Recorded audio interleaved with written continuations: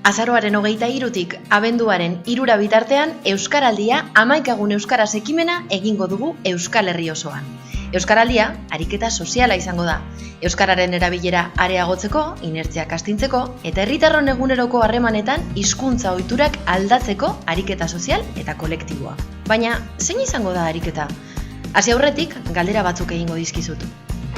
Zure ingurukoekin zein hizkuntzatan aritzen zara? Senide, lagun, lankide eta herrikideekin zein da erabiltzen duzun hizkuntza? Badakizu zure inguruan zenbat lagunek ulertzen duten euskara? Uste duzuna baino jende gehiagorekin egin dezakezu euskaraz. Noiz egingo da Euskaraldia?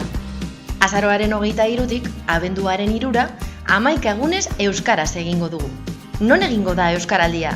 Euskaraldia Euskal Herri osoan egingo da.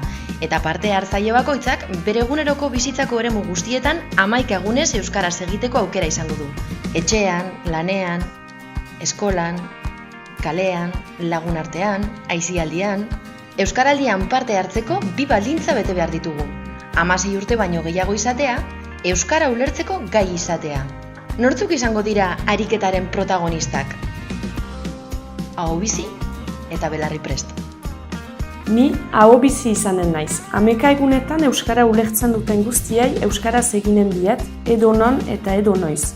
Aho bizi edo belarri prest ikurra daramaten guztiekin euskaraz arituko naiz. Ikurrik eramaten ez badute ere euskara ulertzen duten guztiekin euskaraz eginen dut. Batzuetan ez dut jakingo parean dudanak euskara ulertzen duen. Ezagutzen ez ditudan guztiei ere euskaraz eginen diet lehen hitza. Gerta daiteke solaskideak euskaraz zein erdaraz erantzutea. Berdin dio, ulertzen baldin badu euskaraz eginen diot. 11 egunetan aho bizi ikurra eramango dut gainean. Ni belarri prest izango naiz. 11 egunetan nirekin euskaraz hitz egitera gonbidatuko ditut mintzakideak.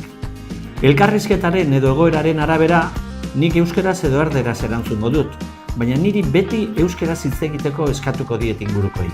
Euskaraz ulertzen dut eta. Nik ere 11 egunetan belarri prest ikurra eramango dut soinean. Orduan, aho bizi edo belarri prest izatea ez dago hizkuntza gaitasunari lotuta. Ez, euskaraz ondo moldatzen den herritarra belarri prest izan daiteke, eta aldiz, euskaraz ondo moldatzeko bidean dagoenak aho bizi izatea erabaki dezake. Ariketa da gakoa. 11 egunez ulertzen duten guztiei euskaraz egiteko prest eta gogoz altzaude? Hala bada, aho bizi izan zaitezke. Horretarako zailtasunak aurre ikusten dituzu eta askorekin euskaraz egin arren beste batzuekin erdaraz jarraituko duzu?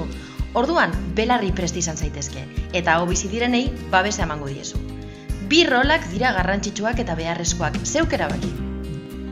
Izen ematea, irailaren 20tik aurrera euskaraldia.eus atarian edo herriko euskaraldia batzordearen bidez.